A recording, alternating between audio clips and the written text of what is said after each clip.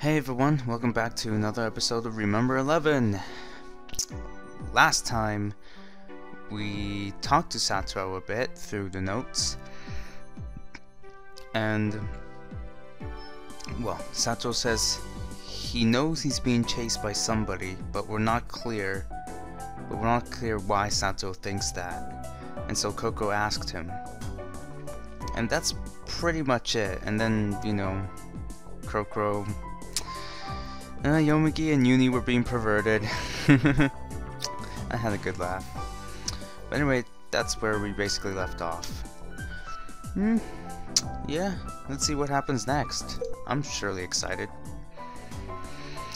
After putting the VR in my pocket, I continued to glare at Yomugi for a while.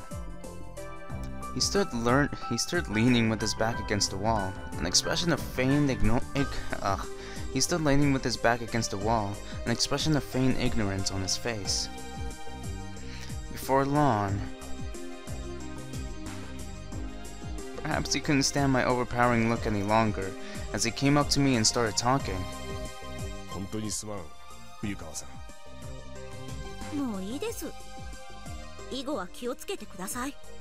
Oh. He seemed to be honestly apologizing, so I decided to forgive him from now.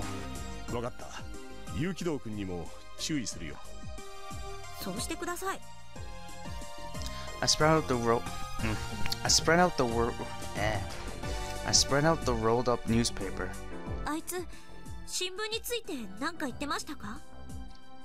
I want to know what Satoru's opinion of the newspaper was. Oh yeah, that's right, Koko in her notes said, something about the newspaper. She was gonna mention it. Well, she did, but then we transferred. I jumped when I was about to write about it in the memo. There you go, yeah. Yomugi shook his head.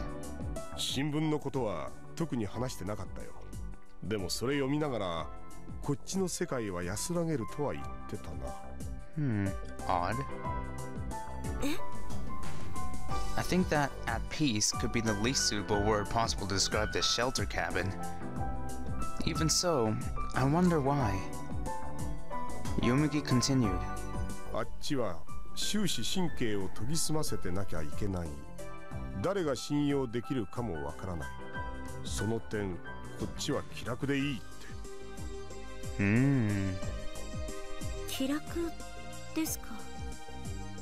Yomugi nodded.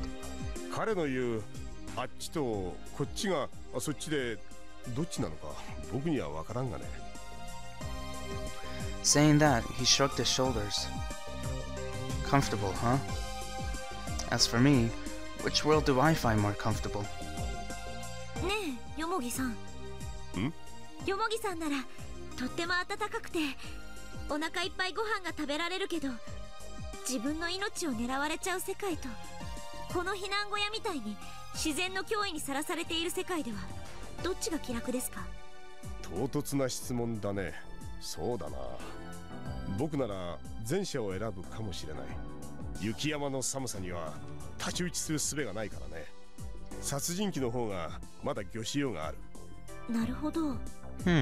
Interesting. I think what he said was quite right. But by Satoru's thinking, this shelter cabin was much more comfortable. I don't know. Oh gosh. If I was in either situation, I'm not sure. I mean, I would be scared if there was somebody after my life. I'll be super paranoid. And in the shelter cabin, of course, you have crappy food, you have crappy heating, but at least, you know, nobody's after you, so you can relax, but it's gonna be tough. Ooh, I'm not sure. Do I want the homey feel, or I don't know.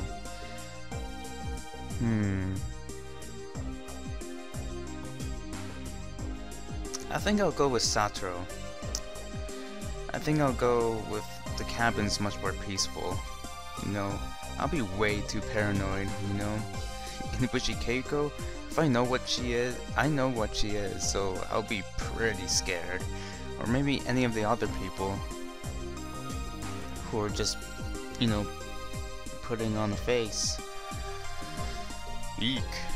Terrifying. So yeah, I'd rather be at a place where I'm not, you know, not being tracked down by someone, but I have crappy food, crappy heating, but you know what? I can survive that. It's fine, but I don't know. Ooh, that's really a tough decision.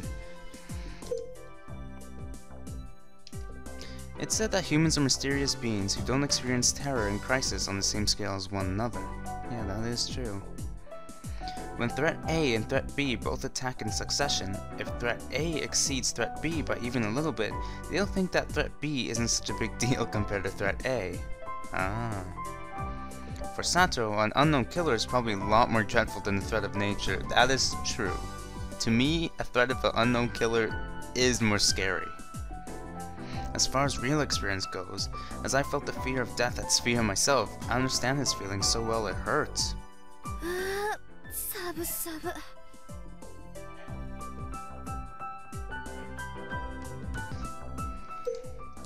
Rubbing her arms together, Mayuzumi appeared from the ladder leading out of the basement.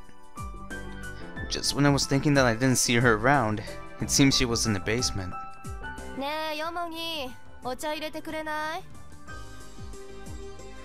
After murmuring, "Oh brother," and shrugging his shoulders, Yomugi put on a cup of chamomile tea for Mayuzumi.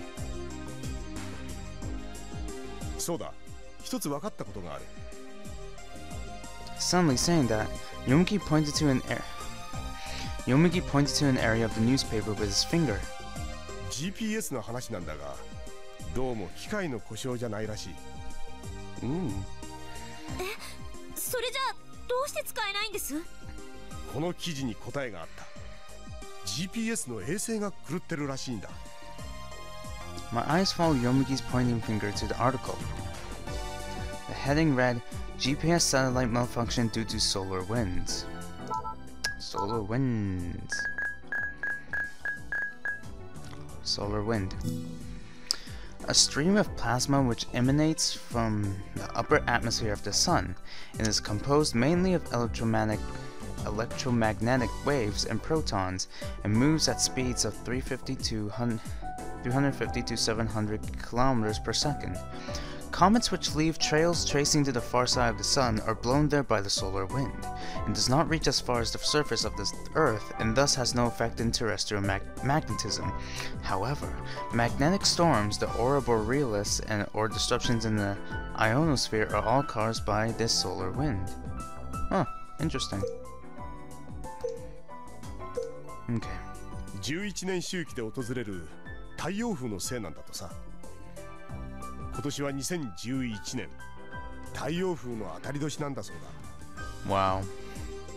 しかも過去数百年の間で最も激しいって書いてある。The article continued. Also, due to solar winds, a bug has appeared in a satellite which is used for satellite phones. Satellite phones. A cellular telephone which works by way of communication satellites, connecting you from anywhere in the world, was the catchphrase. However, in practice, due to different company systems, types of variable satellites and so on, there are cases in which signal variability is limited to certain areas. So, basically a cell phone? Authorities announced that any remote operations from above ground would not be transmitted. However, in extremely rare cases, it seems that satellite phones will still work. The probability of this rare event occurring, starting from the beginning of the year, the rate of successful connections is approximately 1 in a million. With this, even if you were to dial one number once per second continuously for 24 hours, it would be normal to connect one time approximately every 11.5 days. This is what the current situation is. 衛星電話か。そんなもんはここにないしな。もっともこの新聞が贋作じゃないとすればだな。ばっかじゃないの？ A sharp voice flew across the room. Slitting her already narrow eyes even further, Mayuzumi glares in this direction. そんなもの偽物に決まってるでしょ？第一、昨日の今日、新聞のことは忘れろって言ったのはあんたでしょ。まあな、僕だって本気で信じちゃいないさ。だが衛星が故障してるかどうかは別としても、太陽風が極大になってるってのは事実だ。去年の夏あたりからニュースで特集やってただろ。カーナビが使い物にならなくなるとかってさ。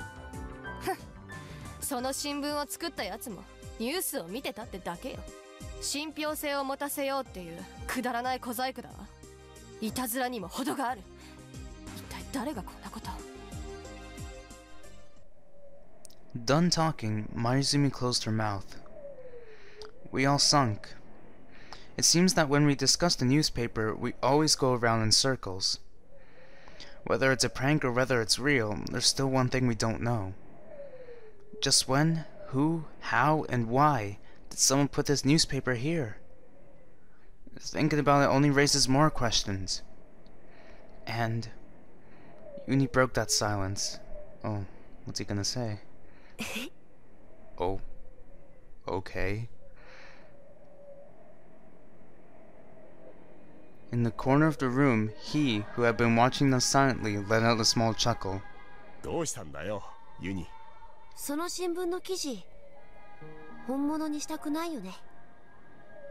Still wrapped in his blanket, Uni stood up. The long blanket looked like a sorcerer's robe.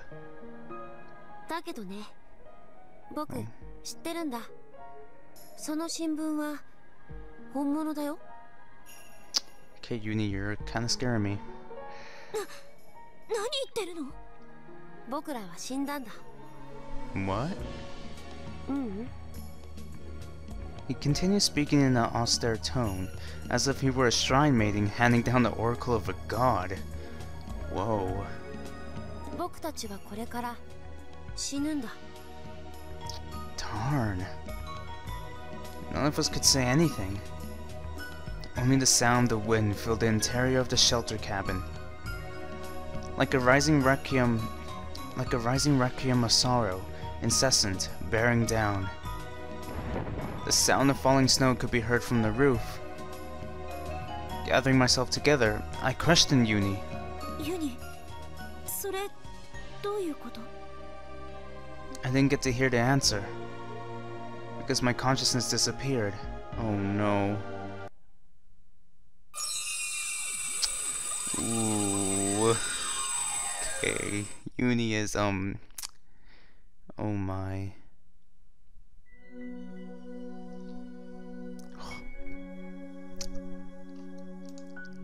Oops. Oh my, what's gonna happen then?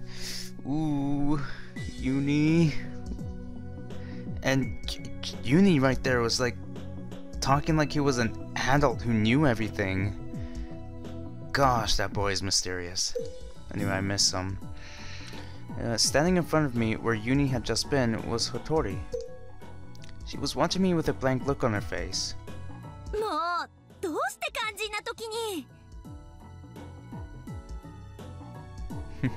I know, right? Wanting to hear the rest of what Uni had been about to say, I started searching for him. I hate that. Why do they do that? That's stupid. Remember 11. Why? Well, at least I didn't do my over-top reaction like last time, but I was so into it last time. Ah, terrible. I walked over to Uni's room. That's right, technically this would be the same Uni, according to Kokoro. But before that, entering Satoru's room, I confirmed the current time. Oh, check his note, check his note, check his note! I glanced at the clock on the shelf. 9:49 p.m. The last transfer occurred at 8:06, so that means I was at the shelter cabin for about an hour and 43 minutes. Thinking back, it felt like I had spent more than 4 hours staying inside the shelter cabin during the day. 転移って規則性はないの？ In the meantime, while gazing at the clock, I began pondering. No, that's important too, but there's something bothering me even more right now. The newspaper. What did the words Uni said right before I transferred mean? その新聞は本物だよ。That newspaper is real? If so, does that mean it was brought here from the future? How does Uni know that? Ugh! The door to Uni's room was slightly open. Without bothering to knock in, I rush in. I crash into Uni, who was standing near the doorway. Ooh. Both of us having fallen on our bottoms, I looked across at Uni. 何するんだよ。それどころじゃないの。ユニ、さっきのはどういうことなの？さっき？あの新聞よ。本物ってどういうこと？新聞？新聞って？ Come on, don't do this right now. Don't do this to me, Uni. とぼけないで。私は心だからね。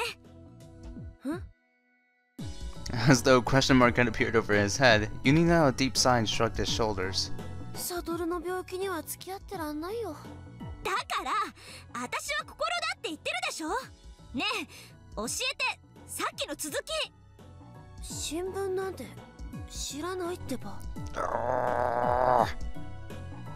As Uni indicated that the answer to my question was beyond him, I began to worry a little. It's strange. Why can't I get through to him? Didn't Uni and I jump here together? Maybe he doesn't jump together. Maybe they both switch at different times. それよりさ。And then Uni said something unexpected. Oh, okay. あの死体どうしたの？ What corpse? What? Uni? What? 死体？ Who died? Was it the work of the murderer? Hotori was safe. So was Utsumi. And Uni was right in front of me. それじゃ、内海さんが。 As quickly as flipping a switch, I flew out of the room. I was about to run all the way to Utsumi's room, but I then came to a stop. If Utsumi was dead, what should I do? It would mean the culprit was either Uni or Hotori. Could Uni with his innocent face have killed her? Or had Inabushi finally shown her true colors?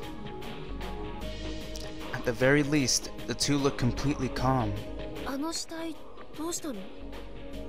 Uni was so composed as he said the word corpse. Was he fine because he himself was the killer? Oh, I don't know. Hotori was still in the kitchen. Continuing on, I instantly tried to sneak past beside her. And I felt something grab hold of my arm. Oh. Frightened, I shifted my gaze to her eyes, which were set in an expression of anger. What is it? Say something. If you don't, I won't understand anything. 話して！ I shook her arm off mine. As if saying, here, here, Hotori pointed her finger at the area by my feet. 何？ Nonchalantly, I looked down. Oh, it was just a rat.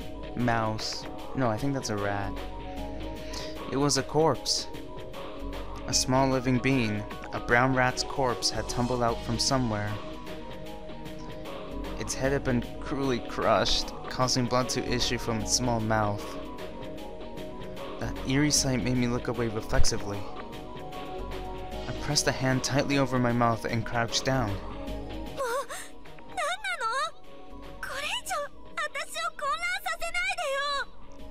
Oh, I feel you, Kokoro.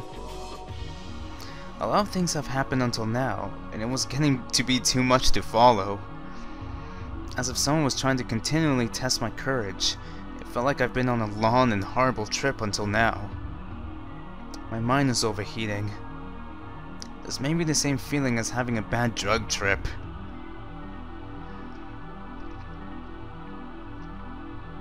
Hotori worriedly peeked at my face.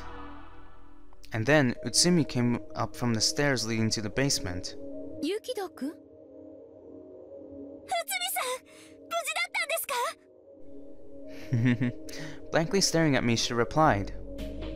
無事よ。地下にこれを取りに行っただけだから。 In her hands were a towel and a small spade. It seemed that the corpse Uni mentioned wasn't Utsumi after all. Whoosh. Then, just what? そんなことよりどこへ行ってたの？この子、ほったらかしにしたらダメじゃない。 Utsumi stared at the rat's remains. 何なんですか？はあ？ああ、冬川さんになってるのね。Yep. While gently wrapping the rat's corpse in the towel, Utsumi said, ユキドウ君とほとりちゃんがこの子が死んでるのを見つけたのよ。 But it was brutally crushed. かわいそうだから埋めてあげることにしたの。それなのに冬川さんたらどこか行っちゃって。 Hotori nodded. The reason for her anger expression from before was probably because I just ran off. Aww, despite promising to give it a burial.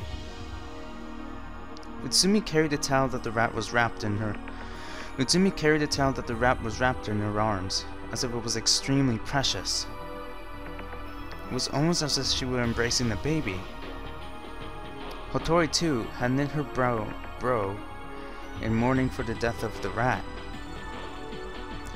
Corpse. A brown rat's.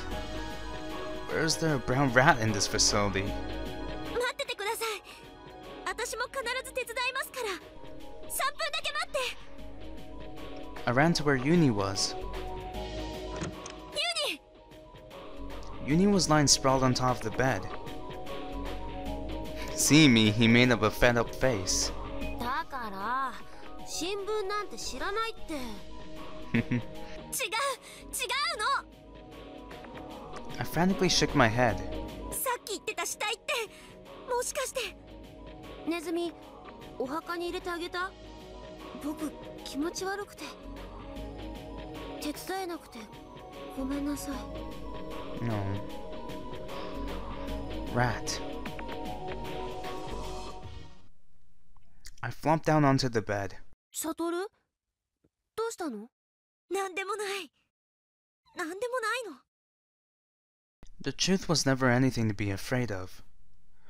It was just the rat's remains that Uni had called it a corpse. The sick, intoxicated feeling of being on a bad trip began to fade.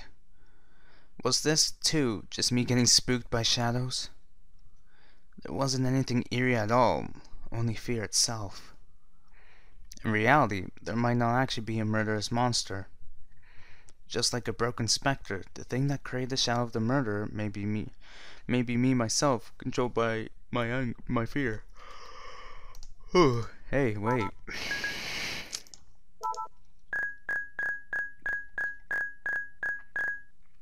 Broken specter.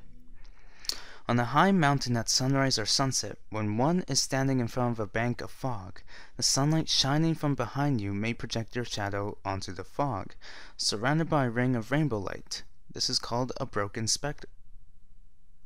Oh, not broken, it's Brocken. Brocken specter. The resulting gigantic shadows, like those of a monster, have been called the phantoms of the Brocken. Brocken. The name of the phenomenon comes from the Brocken, a mountain in Bavaria, Germany, where it has often been observed. Oh. It began to feel as if everything was just a bad dream. Except the pain from my slashed left arm keeps on reminding me that this is real. Oh, we're outside. I had more or less regained my composure, and went outside along with Utsumi and Hotori to give the rat a proper burial. The moment I went outside, the cold air came crawling up from below. Now inside the snowstorm, I couldn't even see what was a few meters in front of me. Just when will it finally stop? These past 2 days, I've seen nothing but snow. The sky has been hiding behind a cloud since forever ago.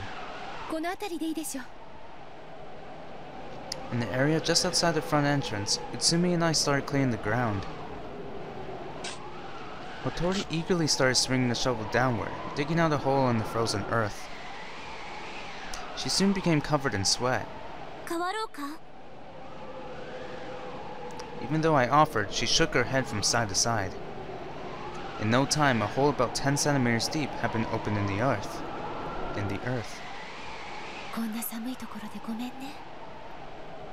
Utsumi slowly laid down the towel she had wrapped the rat in. On a pair of wooden chopsticks, Hotori wrote "Rat's Grave." Aw, poor rat. As it wasn't easy to write on a thin pair of wooden chopsticks, the characters were a little crooked. The three of us got in line in front of the grave and crouched down, joining hands.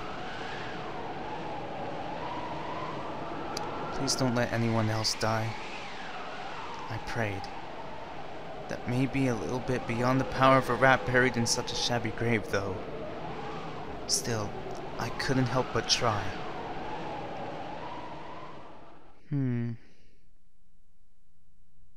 Even though I had only been outside for about 10 minutes, the cold had cut into my body. Rubbing my arms, I returned to Satoru's room.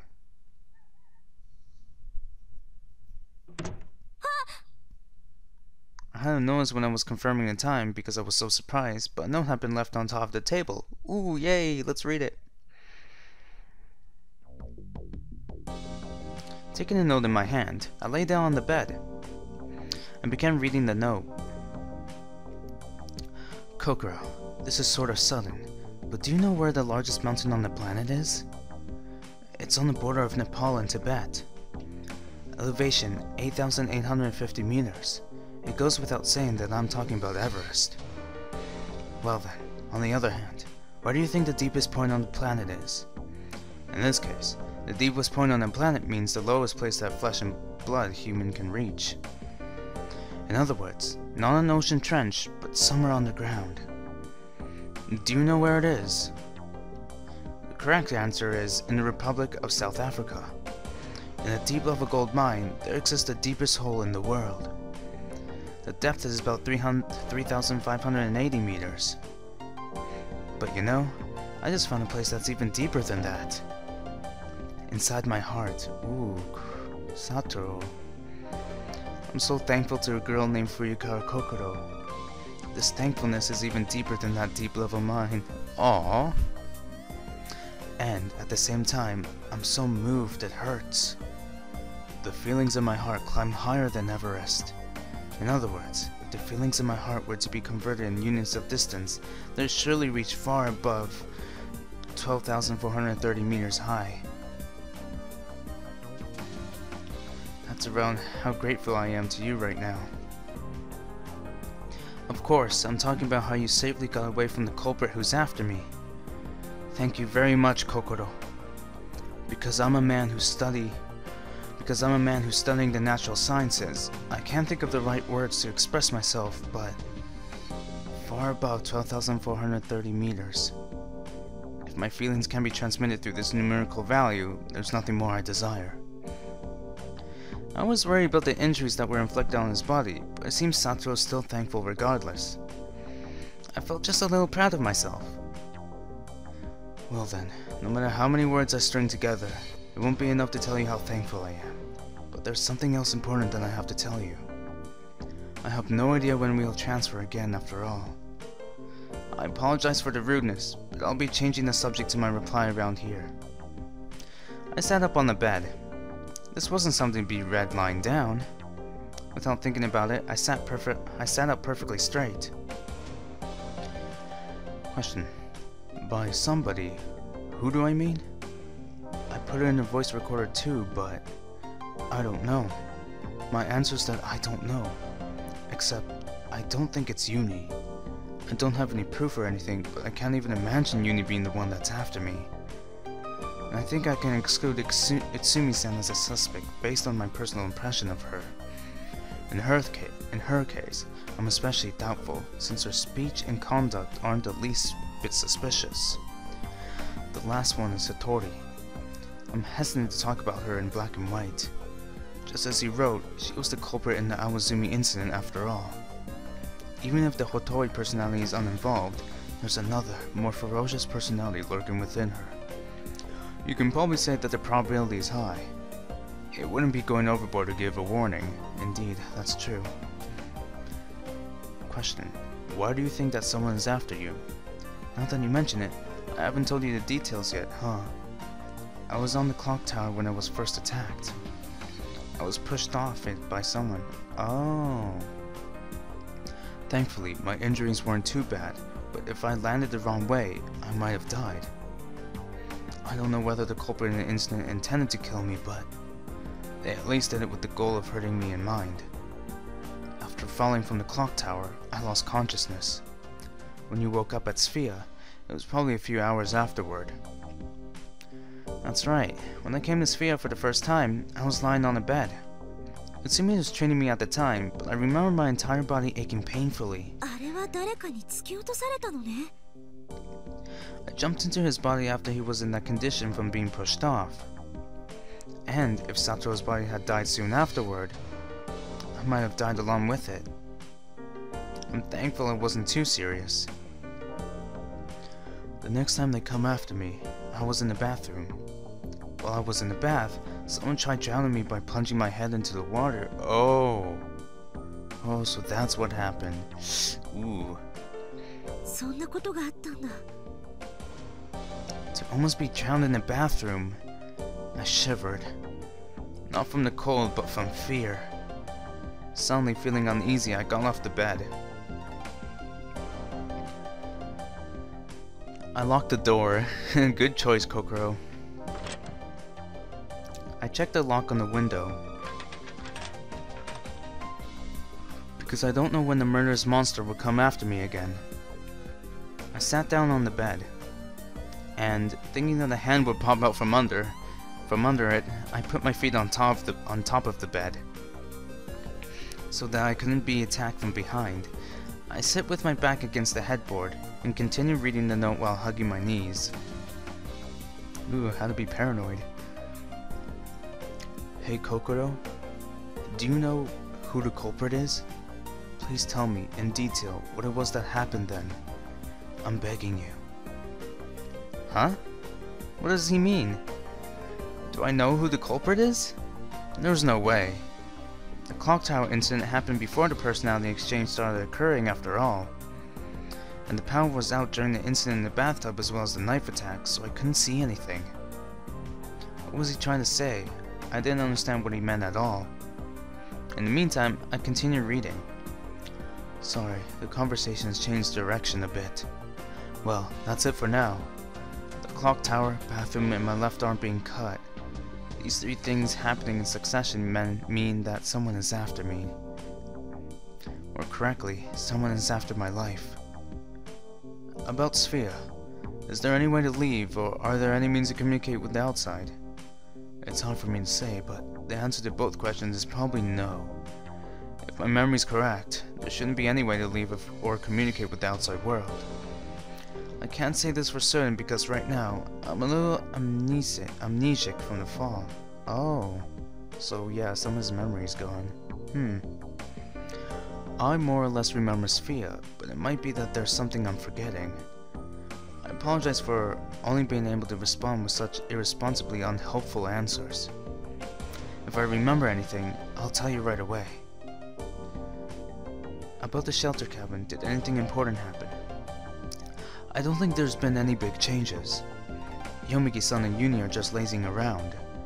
Only Lin is emotionally unstable, but that's normal for her. There isn't really anything important enough to tell you at the moment. With that ends my replies to the questions you've asked me, Kokoro. I've answered everything that was within the scope of my knowledge. After that, there's the timing of our transfers. Thanks, you saved me. Thanks to that, I now know that the transfer times I recorded and yours are more or less the same. Tentatively, the transfer times that I've checked go something like this. 1:07 PM, transfer to shelter cabin. 1:40 PM, return to Sphia. 6:03 PM, transfer to shelter cabin. Something PM, return to Sphia. 7:33 PM, transfer to shelter cabin. 8:06 PM, return to Sphia. Please don't mind the something PM in the fourth one. At that time I was in the dark running away from someone with a knife. I didn't have the opportunity to check the time.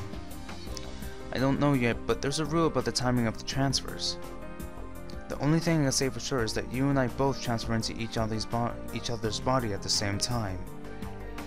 With that, please continue checking in time from here on now too. It's not like we have a big sample to work with after all. Yeah, that's true. Oops. Sample. A statistics term, meaning a subset of population which is used for collecting information, may or may not be representative of the population as a whole. Yep. And lastly, about your body. Don't worry. I'll protect it no matter what. I'll take it upon myself to always repay favors. As I continued to read the context of the message, I felt disappointed.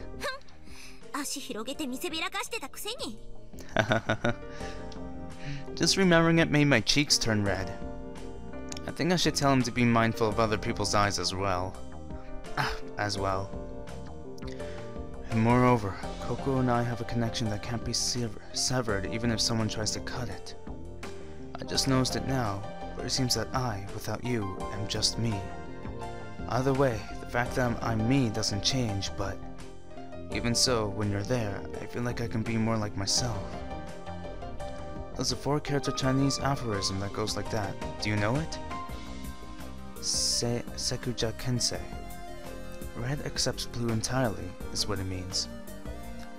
Maybe I've been trapped by that phenomenon myself. Of course, it's because you're here that this phenomenon came into existence in the first place, though. Red accepts blue entirely? What is Sato trying to say? I have no idea. Red accepts blue entirely. As I thought, I don't know. Red and blue, Akka and Ao. Are Mount Akakua and Aosagi Island involved somehow? Is it about a personality exchange? I wish you'd write in a way that's a little easier to understand. Sorry, that was a little much, huh? Anyway, I definitely won't let you die, no matter what. So try to relax somehow. Believe in me. I'll multiply my 12,430 meters worth of appreciation and pay it all back to you. Huh? I noticed that after reading up to here. Sato didn't answer all of my questions. About the newspaper, about uni. He didn't even touch upon, oh that's right, he didn't even touch upon those two subjects. Why is it? Why didn't he write anything? I don't think he simply forgot. Maybe he has a reason for not answering? That's right. There's one last thing I want to say. It might be rude to say something like this, but Koko's drawing was the work of a prodigy. Well then, later. I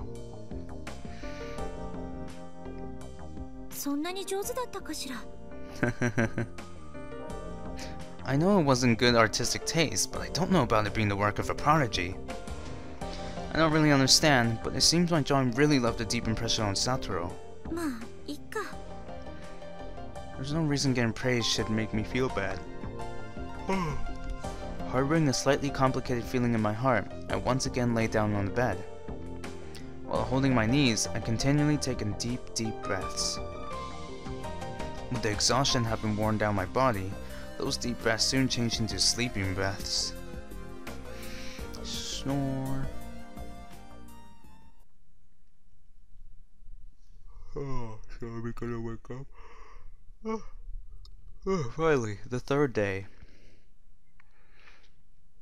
Wow. A lot happens in these days. Oh, we're in the cabin again. When I woke up, I was in the bed at the cabin. I'd fallen asleep at Sphere the night before. It was obviously that a personality exchange had occurred while I was sleeping and I had returned to this cabin. Perhaps the exchange had happened 3, 5, or even 7 times or more. What was certain was that the number of times it took place was odd. Since I was sleeping, the transfer phenomenon might have occurred dozens of times, as I simply wouldn't have noticed. There were still so many riddles surrounding this phenomenon. By the way, what time is it now? I looked at my wrist, but my watch wasn't there. Satoru, what are you doing? Sato must have taken off again. He's definitely doing it on purpose. As I grope about with resentment, the wristwatch tumbled into a corner of the bed. 9:20. That's 9:20 in the morning, of course. Oh, hi, Yomugi. Hearing a sound, I raised my body and saw Yomugi standing before the entrance. He was carrying some fairly heavy equipment. Yomugi-san, どこ行くんですか? Yomugi gave me a fleeting glance and opened the door. ちょっとな。 Oh, bye. He didn't explain any further. With that, he went out. The nearly dazzling light of the morning sun was shining in through the crack of the door. I held my breath. 晴れてるの? I hurriedly stepped out of bed and dashed outside.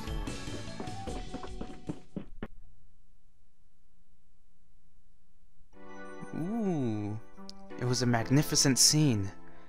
The deep blue sky felt so close you can reach out and touch it. The pure white snow sparkled in the sunlight. A great number of peaks extended far away. To the left of the shelter cabin, to the east, the summit went on like a slightly elevated hill. Seeing such scenery made me think about how cruelly tiny my own existence was. The shape of Yomugi in the pure white snowfield stood out clearly. 待って、私も行く。 I shouted to Yomugi's back, but he didn't even reply and instead continued marching on due south.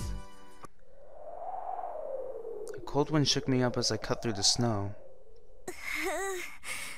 寒い。 My whole body trembled. I held myself tight with both arms. I returned to the cabin in a hurry when I became aware that I wasn't even wearing a coat. Where does Yomugi plan on going? He's by no means the kind of person who would run away by himself. Maybe he's going to call for help. Suddenly I remembered. Didn't Yomugi say that he would try to go to the crash site if the weather cleared up? Anyhow, I have to chase after him. I went down the basement to search for the equipment to help me walk through the snowy mountain. Although I said that, I have no idea how to put on any mountain climbing equipment. For the time being, I decided to take things which caught my eye. I put on a wool sweater as an extra layer and some gloves.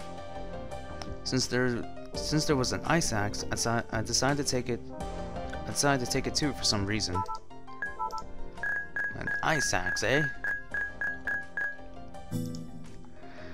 A mountaineering tool, used for aid and balance, to create footholds, and to prevent the climber from slipping. It is comprised of a long shaft with a pick at the head and a metal spike at the base. I also found some rope, but it was considerably heavy. With my strength, it looked impossible to walk while carrying it. This much should be fine for now. Next, the coat. The coat that I borrowed from Mayuzumi. ちょっと、どうしたのよ? Mayuzumi had gotten up. Uni raised himself from the bed, rubbing his drowsy eyes. あのおっさんはどこ行ったの? まさかあんたら、自分だけ逃げ出そうとか思ってるんじゃないでしょうね. She spouted in one breath. Without answering, I picked up the coat placed on the bed. Mayuzumi-san、コート借りますね。聞いてんの? Oh, she grabbed my shoulder roughly.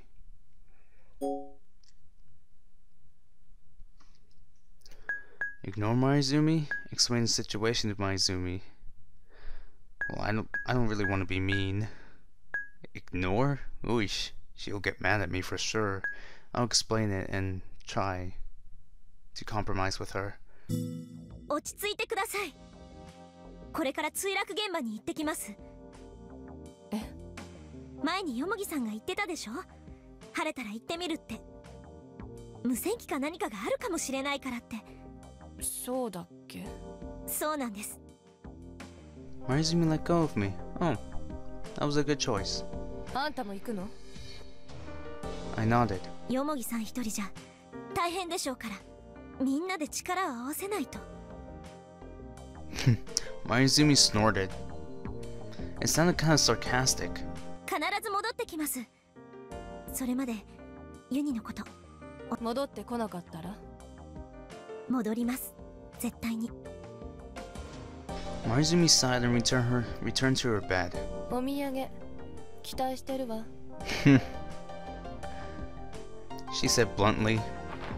I put on the coat that I borrowed from Mayuzumi. I can't say that my countermeasures against the cold are perfect now, but it can't be helped. The weather outside was clear, so I shouldn't freeze to death. Saying this to myself, I went outside. Yomiki's figure had already become as small as a grain of rice. Can I catch up?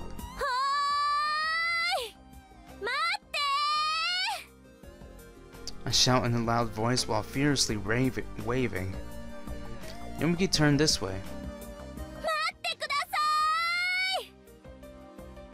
Hurriedly, I took my first step in the snowfield. Boom.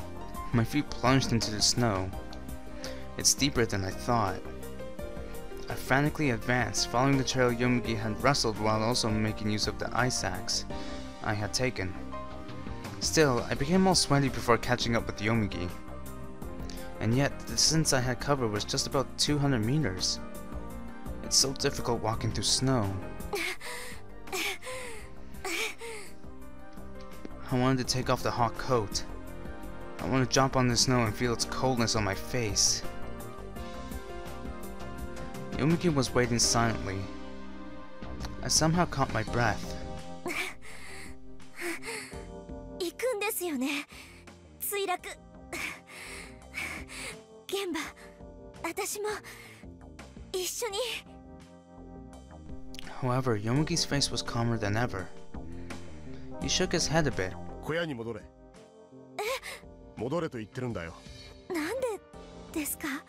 危険だからだ。でも、こんなに晴れてるし。Yomigi's look was immovable. A sharp scowl was directed at me. 山の天気は変わりやすい。常識だ。知ってるだろう。それに。Yomigi paused, then averted his eyes. いや、なんでもない。でも。足手まといになるだけなんだ。今すぐ帰れ。Yomigi's turn was stern. And with that, he started to walk. With a strong pace, he pushed his way through the snow. I hesitated over what to do. What Yomigi said was certainly correct. If a young girl like me who doesn't know about traversing snowmans were to follow him, she'd probably just be a hindrance. It would be too dangerous. But so was going alone. Anyhow, as I returned to the cabin, all I could think about were negative things. I'm not the greatest thinker. I'd done nothing but think these past 2 days. It seemed that my carefree mind has gone a little funny. I'll feel at ease again if I move at least a little. I'm going after him. そうよ。じっとしてるなんて私らしくないもんね。I pulled myself together and ran after Yomigi.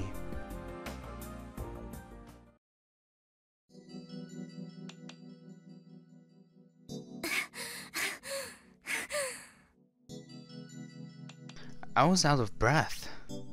The breath from my mouth turned white and dissipated in the cold air. Yomigi didn't say anything else about me following him. However, he didn't wait for me either. Being a professional mountaineer, he pushed through the snow with quick steps. Even though I was only following the path he formed through rustling, it took all my strength just to keep up. Oh, Kokoro. All of a sudden, I lost my foot and fell face first into the snow. So cold. When I raised my head, I saw Yomigi extending an arm to me.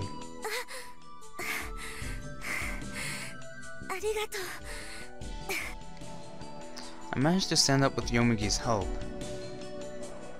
Placing my hands on my knees to support myself, I slowly regained my breath. 一一つだけ聞いていいですか？ Since it was never settled, I've been curious since yesterday. あの新聞のことどうなったんです？ Oh, that's right, with Uni. It was about yesterday afternoon. About the newspaper which had a report about the plane crash printed with a date from the future. And then all of a sudden, Uni had said this. その新聞は本物だよ。 I transferred right after he said that, so I'd missed hearing what he said next. ああ、あれか。ユニはなんて？ Yomuki shrugged his shoulders. まあ、子供だしね。ちょっとしたいたずら心であんな冗談を言ったんだろう。冗談？ユニがそう言ったんですか？いや、問い詰めなかったの？問い詰めると言ってもな。 Yomuki looked as if he was having trouble saying it. 他に考えられないだろう。本物のわけがない。はあ。 Yomuki probably doesn't want to believe those lies written in the newspaper either. That was why I didn't want to prolong the discussion of this subject. Yomuki left my side and began walking ahead more quickly. Unsatisfied with his answer, I followed behind him.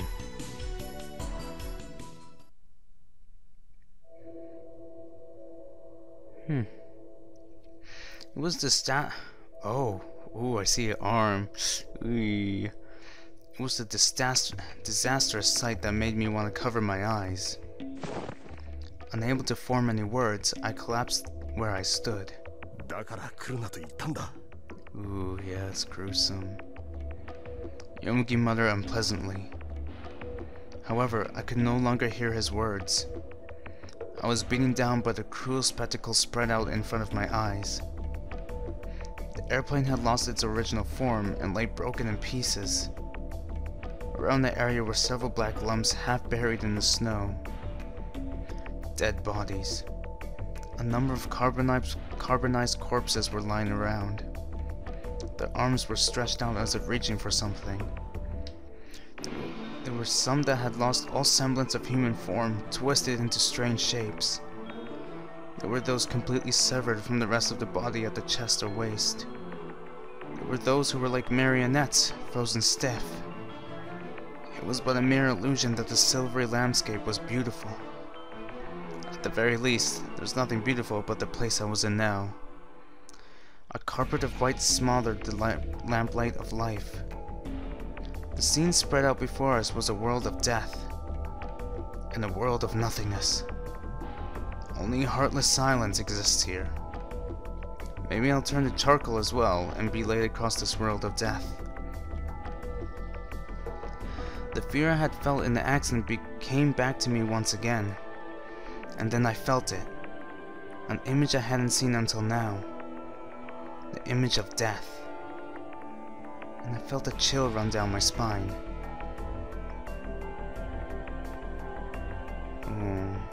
Unable to bear it any longer, I turned my back to the corpses.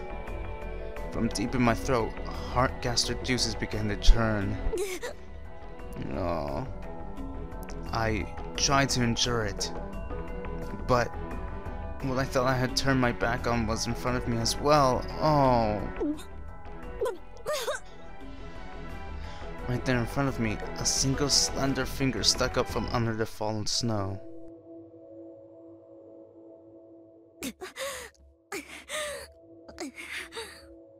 Man, that's terrible. I vomited and panted heavily, my shoulders heaving, but Yomuki didn't condemn me at all. He walked around the area looking at the corpses without changing his expression. I wasn't able to do anything but stare blankly at his movements. A mist clouded my thoughts, like a thin veil had been placed inside my head. My mind was completely blank. My body continued to shake from a mixture of fear, sadness, nausea, and revulsion.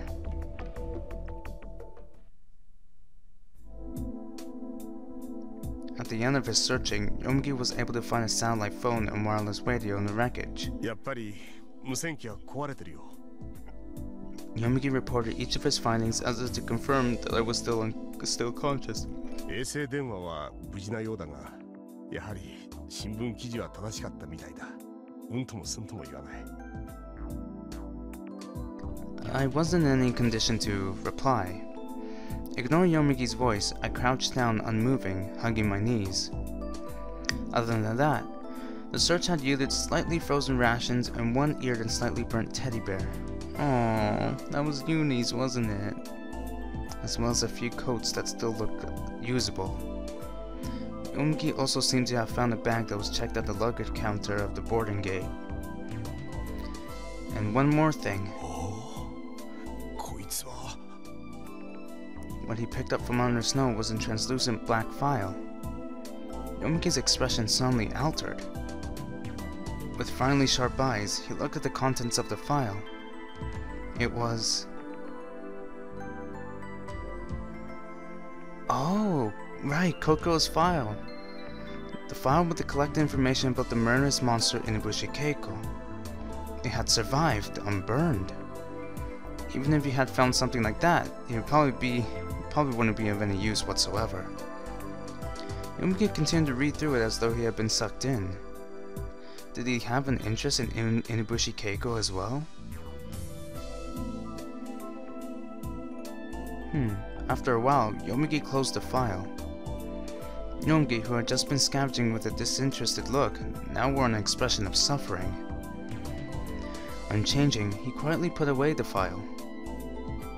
そろそろ戻るか? He said, walking over to where I was. それなりに収穫もあった。もう十分だろう。 Even if we have gathered a few things, it was hardly enough to rejoice over. なんだ? Dig a grave. Oh. Yeah, let's dig a grave. お墓を作ってあげないと。みんなのお墓を。 Oh, that's really sad. I mustered my will and stood. やめとけ。無駄なことだ。そんな言い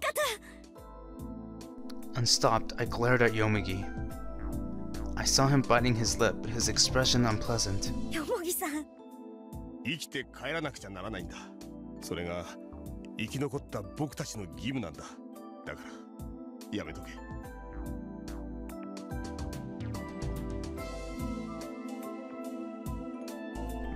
I looked around the crash site again. Aren't they even entitled to a little dignity after death? Must they always be spread across this freezing mountain, their pitiful bodies exposed to the ravages of the cold? There's no way. There's no way I can just abandon them. They should at least be able to sleep in peace after suffering such an agonizing death.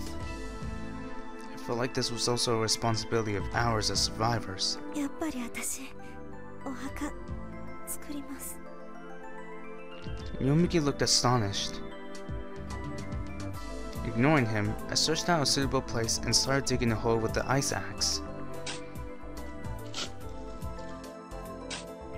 The snow became harder the deeper I dug.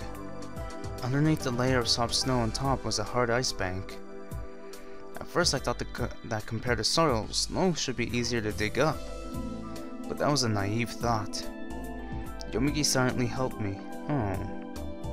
That aside, with only a single ice axe, our efficiency was horrible. Even with two of us, digging a hole large enough to fit a human being's remains was no easy task. In the end, digging a single hole that could bury several bodies took well over an hour. I had decided to compromise by burying the body that had fallen the closest. That body was completely black, carbonized and stiff, with its hand reaching toward the sky. I'm gonna bury you now, so... My mind made up. I placed my hands under the armpits of the corpse. Thinking that I put it in the hole, I put some strength into it. At that moment, another transfer. Oh. What the heck? Oh.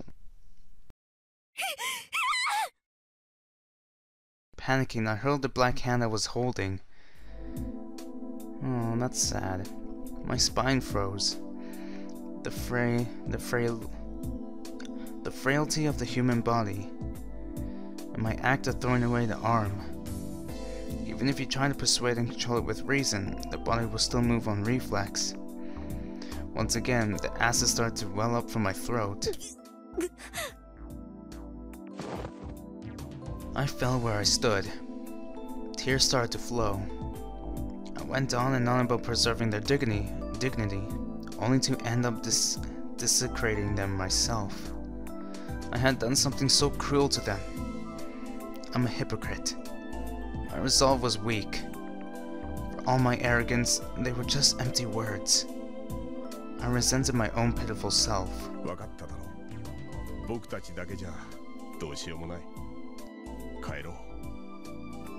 Yomugi neither condemned nor encouraged me. He only remained indifferent. It may have been my imagination, but it felt like he had given up on everything. His lack of criticism of me only knocked me down even further. The wordless corpses must be blaming me instead. I'm sorry.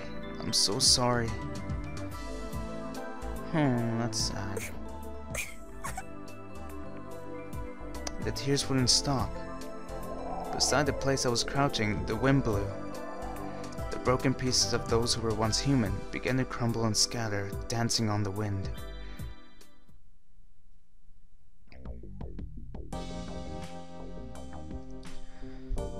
Okay, new chapter. So I'll stop here. Oh my. That was kind of sad. Let's see, what did we learn today? What happened? Well, most of it was death. The first thing that happened was we transferred. Well, first of all, freaking Uni was like, oh, that newspaper's real, and we didn't get to hear the rest of it. And Uni was being really, creepy. He was being really adult-like, mature, and was scaring Kokoro. And then in Sphia, the rat died. The poor rat. But the thing is, it said its head was crushed. So who crushed it? Was it Uni? Or did somebody step on it by accident? I don't know. But that poor rat. After the rat, we get a bit more information from Satoru. He answers some of his questions to the best of ability. We now know that Satoru has a bit of amnesia from his fall, and that he was pushed off from the clock tower. Now, what else? That's pretty much it. And then Yomugi and Kokoro go to the crash site, and then I chose to bury the bodies, but we couldn't, and that was kind of sad. Ooh. And I do these recaps because, I want to see what I remember, so that's why I do these recaps. Plus, for other people like my friends who are watching this, they kind of get a recap of what they just watched too. So that's why I do them. Yep. But anyway, that's all I have for today. Whew. Bye.